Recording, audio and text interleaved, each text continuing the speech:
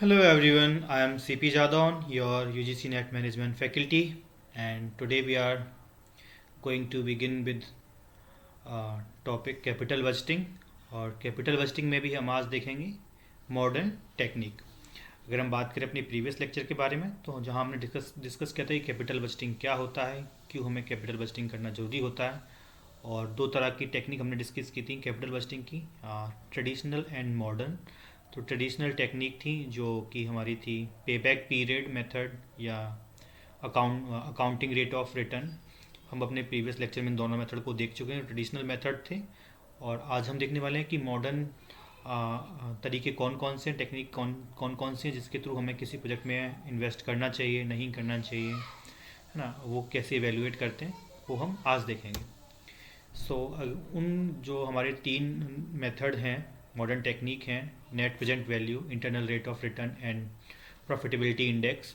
उन तीनों को देखने से पहले हम एक छोटा सा टॉपिक है that is time value of money, उसको हम देख लेते हैं। ठीक है, सो पहले हम ये देखते हैं कि क्या होता है टाइम वैल्यू ऑफ मनी।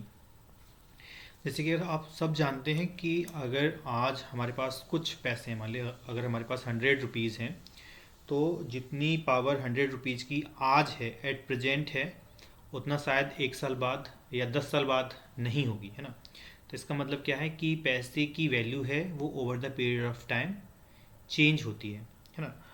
तो इसीलिए हम कहते हैं कि हमें इन्वेस्ट करते रहना चाहिए, जिससे कि अगर हमारा पैसा है वो ग्रो करता रहे, क्योंकि उसकी वैल्यू कहीं ना कहीं डिप्रिकेट करती है over the period of time. जितना पैसा, जितना सामान, मान लीजिए आपके पास 100 रुपये हैं, तो जितना सामान आज 100 रुपये में आज आप खरीद पा रहे हैं 100 रुपीज़ में, शायद आप 1 साल बाद उतना सामान नहीं खरीद पाएंगे। 1 साल बाद या 1 महीने बाद, 5 महीने बाद उतना सामान आप नहीं खरीद सकते। क्यों? तो यही है कि टाइम वैल्यू ऑफ मनी होता है, पैसे की पावर है या कीमत है वो चेंज होती है समय के साथ। The concept of time value of money means that the value of money change over time. A rupee today is more valuable than rupee received in future because the money available today can be invested to earn interest and generate additional income।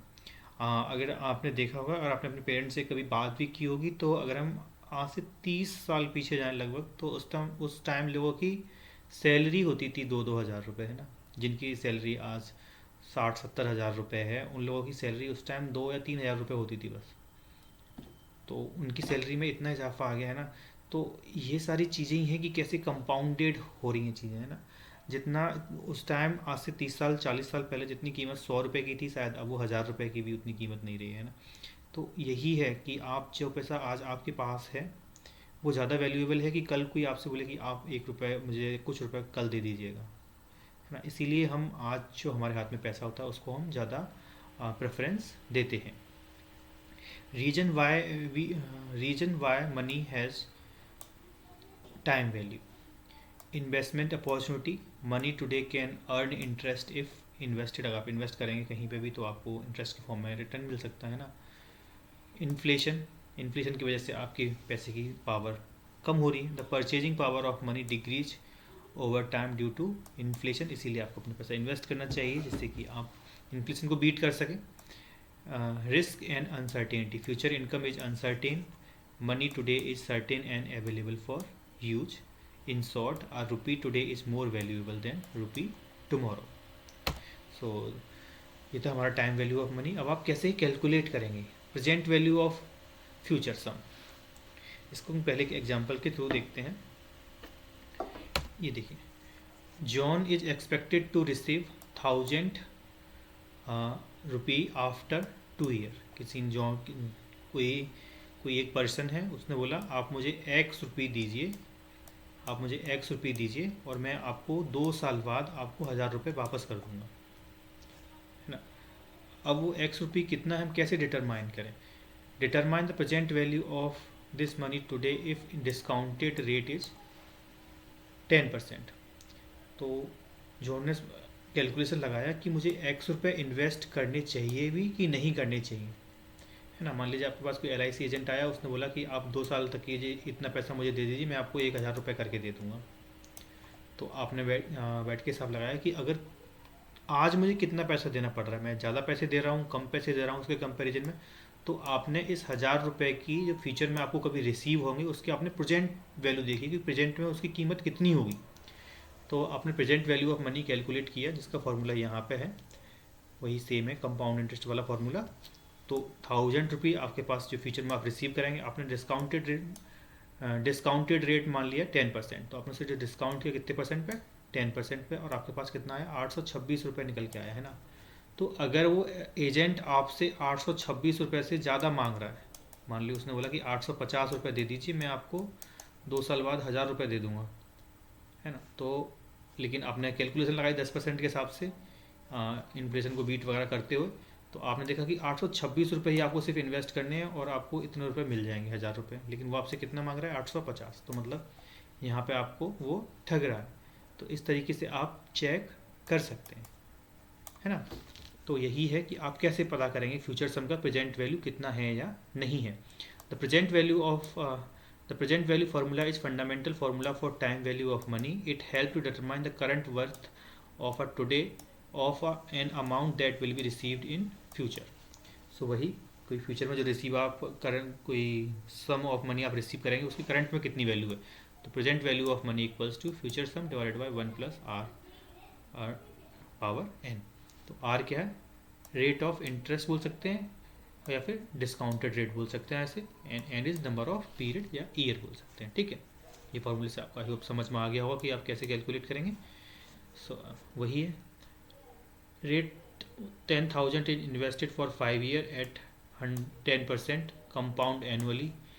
अब आपको present value पता है, इस तरह के question पूछ लिए जाते हैं एग्जाम में, है ना। तो आप दोनों फॉर्मूले को प्रेजेंट वैल्यू निकालने के लिए या फ्यूचर वैल्यू निकालने के लिए पूछ लेता है कभी कभी एग्जामिनर आपसे। तो ये आप छोटा सा है, हम उसको हमेशा देखते हुए आए हैं, तो बस इसे आप याद रखिएगा।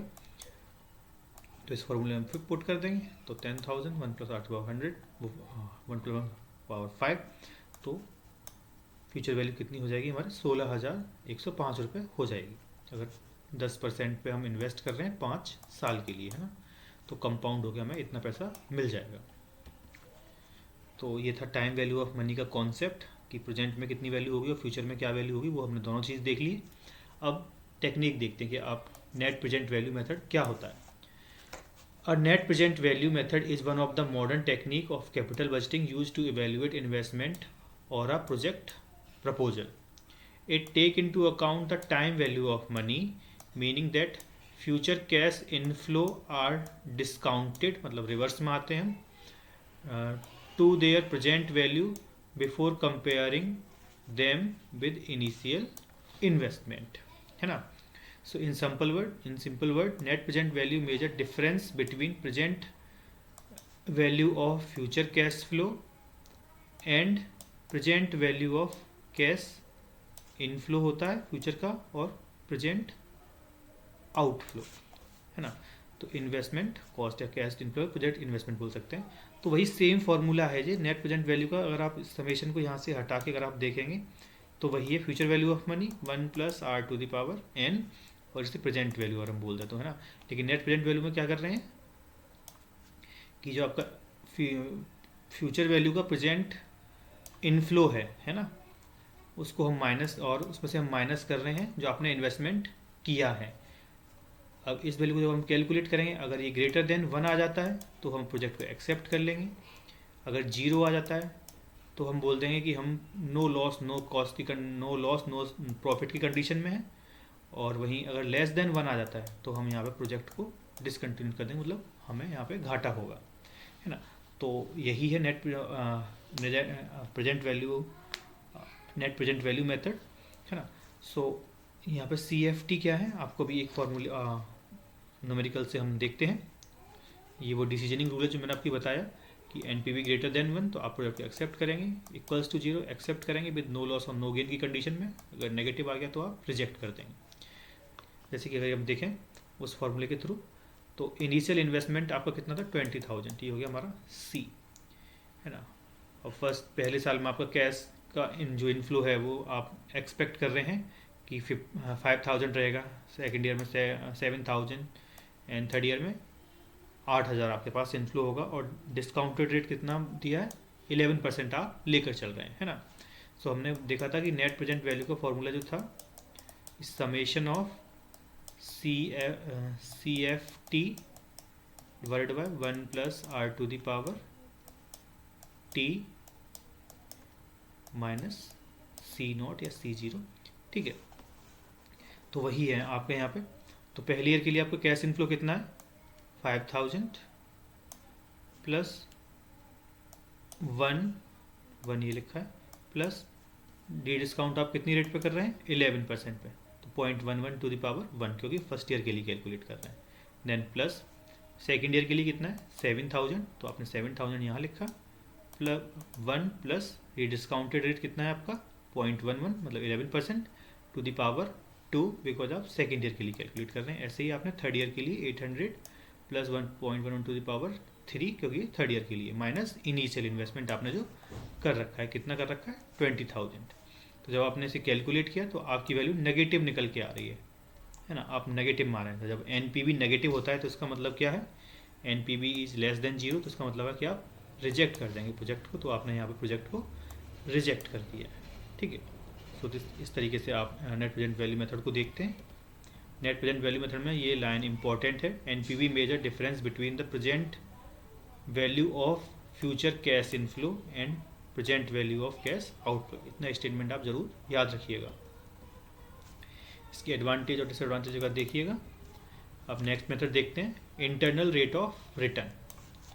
अब इसमें क्या होता है सेम चीज़ है, बस आप यहाँ पे इंटरनल रेट ऑफ रिटर्न को कैलकुलेट करने की कोशिश करते हैं जिसके बेस पर आप कंपेयर कर सकें कि आपको प्रोजेक्ट को एक्सेप्ट करना है या रिजेक्ट करना है। ठीक है, तो यहाँ पे आप एनपीवी को 0 कर देते हैं, नेट प्रेजेंट वैल्यू को आप यहाँ पे 0 कर देते हैं और उसके बाद में इसको कैलकुलेट करने की कोशिश करते हैं इंटरनल रेट ऑफ रिटर्न को। यहाँ पे आर को यहाँ पे हमने इंटरनल रेट ऑफ रिटर्न लिख लिया और इसको कैलकुलेट करते हैं, है ना।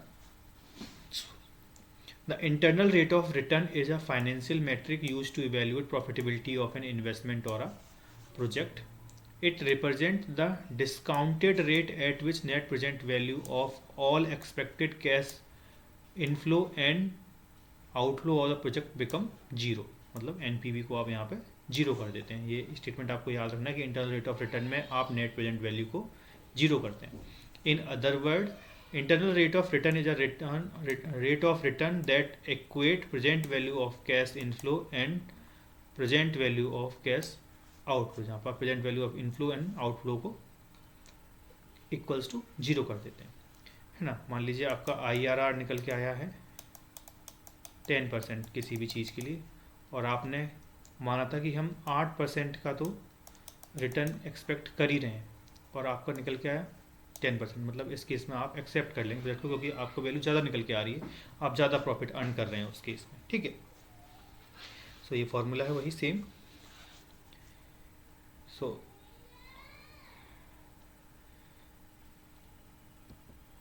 ओके, यहाँ तो मैं रिटर्न की बात कर दी थी, कॉस्ट ऑफ कैपिटल से कंपेयर करते हैं, इसको आप माइंड मत करिएगा। ठीक है, सो वहीं जो आपने पैसा इन्वेस्ट किया उसकी कॉस्ट कितनी है उससे कंपेयर करते हैं। सो वही internal rate of return is greater then cost of capital. जो आपने पैसा लगाया उससे अगर आपकी इंटरनल रेट ऑफ रिटर्न ज़्यादा आ रहा है, ठीक है, तो उस केस में आप उसे एक्सेप्ट कर लेंगे। If internal rate of return is less than cost of capital तो आप उसे रिजेक्ट कर देंगे। और internal rate of return is equal to cost of capital, जितना आपने पैसा उसकी कॉस्ट कितने परसेंट कॉस्ट आपकी आ रही है उतने percent internal rate of return निकल के आया है, तो उस केस में क्या है नो लॉस और नो गेन की कंडीशन होती है, मतलब ब्रेक इवन पॉइंट पे आप वो होते हैं, तो वहाँ प्रोजेक्ट को एक्सेप्ट कर सकते हैं। ठीक है, तो ये था आपका इंटरनल रेट ऑफ रिटर्न। इस फॉर्मूले इस न्यूमेरिकल को भी देख लेते हैं एक बार। Initial investment 20,000, expected cash flow 8,000 for 3 year, 3 साल के लिए आपका एक्सपेक्टेड 8,000 रुपये आप अर्न करेंगे। तो जैसे ही आपने क्या किया, अब यहाँ पे internal rate of return calculate करना है कितना होगा, तो यहाँ पे आपने 0 कर दिया इसको नेट प्रेजेंट वैल्यू को, फर्स्ट ईयर के लिए लिखा, second year and third year. ठीक है, power 1, power 2 and power 3 minus जो आपका इनिशियल इन्वेस्टमेंट है। तो आप यहाँ पे अब आपको क्या करना है हिट एंड ट्रायल मेथड करके देखना होता है, जिससे कि आप एक्चुअल में वैल्यू को कैलकुलेट कर सकें, क्योंकि यहाँ कॉम्प्लिकेशन हो जाते हैं। तो मोस्ट प्रोबेबली आपको ये वैल्यू पेपर में प्रोवाइड की जाएंगी अगर आपसे टीचर मतलब एग्जाम में पूछता है तो। ठीक है, सो अगर आपने 10% आर की वैल्यू लेकर कैलकुलेट किया तो वहाँ पर आपका पॉजिटिव बन रहा था, और वहीं आपने 12% जब आर की वैल्यू कैलकुलेट करे तो यहाँ पर आपका नेट प्रेजेंट वैल्यू नेगेटिव बन रहा है ना। तो इस केस में क्या था कि अब आपको पता है कि साइन चेंज हो रहा है, तो मतलब इनके बीच में ही कहीं आपकी वैल्यू लाई करेगी, 10% और 10% के बीच में ही आपकी वैल्यू कहीं ना कहीं लाई करेगी। आपको हेटेल ट्रायंगल करके देखना ही पड़ेगा, है ना। तो यहाँ पे इन्होंने हेटेल ट्रायंगल लगाया 10 एंड 12% पे, जो कि यहाँ पे फिट बैठ गया है। तो अब आपने इसको कैलकुलेट किया है, तो 10% प्लस ये वैल्यू आपने यहाँ पुट की एंड यहाँ रखा आपने, तो आप कितना आ गया आपका 11.3% आ गया। मतलब आपका इंटरनल रेट ऑफ रिटर्न 11.3% है। अगर आपकी कॉस्ट ऑफ कैपिटल इससे कम है, कॉस्ट ऑफ कैपिटल आपकी यहाँ पे अगर कम है, मान लीजिए कॉस्ट ऑफ कैपिटल आपको 10% ही पड़ रहा है और आपका इंटरनल रेट ऑफ रिटर्न 11% है, तो इस केस में आप उस प्रोजेक्ट को एक्सेप्ट कर लेंगे। वहीं अगर 12% होता है आपका कॉस्ट ऑफ कैपिटल और इंटरनल रेट ऑफ रिटर्न 11 है, तो इस केस में आप इसे रिजेक्ट कर देते हैं। तो इस तरीके से आप यहाँ प्रोजेक्ट को एक्सेप्ट और रिजेक्ट करते हैं। These are the advantage and limitation of internal rate of return. फिर है हमारा next profitability index. Profitability index is a capital budgeting technique use to measure relative profitability of a project. यहाँ पर relative profitability को आप check करते हैं। तो यहाँ पे आप जो प्रॉफिटेबिलिटी इंडेक्स है, बेसिकली आप क्या करते हैं, जो आपके present value of cash inflow है ना, उसको आप डिवाइड कर देते हैं आउटफ्लो से। जब आप डिवाइड करते हैं, अगर ये ग्रेटर देन 1 आता है पी आई, तो आप प्रोजेक्ट को एक्सेप्ट करेंगे। P I is equals to 1, तो आप उसको इंडिफरेंस मान लेंगे। आप वहाँ पर उसे एक्सेप्ट करेंगे, वो आपके ऊपर छोड़ दिया गया, इंडिफरेंस मान लेते हैं। If P I is less than 1, तो आप वहाँ पे उसे रिजेक्ट कर देंगे। तो वही है profitability index, if present value of cash inflow divided by present value of cash outflow. तो वही यहाँ पर डिसीजनिंग रूल है। If P I is greater than 1 आप एक्सेप्ट करेंगे, equals to 1 indifference, no gain and no loss. If less than 1 reject the project. और आपके पास एक से अगर ज़्यादा प्रोजेक्ट हैं, उन प्रोजेक्ट्स के बीच में आपको कंपेयर करना है, तो जिस प्रोजेक्ट का पी आई ज़्यादा होगा उस प्रोजेक्ट को आप एक्सेप्ट कर लेंगे, है ना। सो ये एक आपका एक न्यूमेरिकल है जहाँ पर पी आई की वैल्यू देखो ग्रेटर देन 1 आ रही है ना। 5 मिलियन है आपका cash outflow and present value of future cash inflow is 6 million. तो 6 मिलियन डिवाइड बाय 5 मिलियन, तो आपका 1.2 आया। तो मतलब ग्रेटर देन 1 आ गया P I. P I is greater than 1, that mean आप इस प्रोजेक्ट को एक्सेप्ट कर लेंगे। So this is all for today class. Next class में मिलते हैं। Thank you.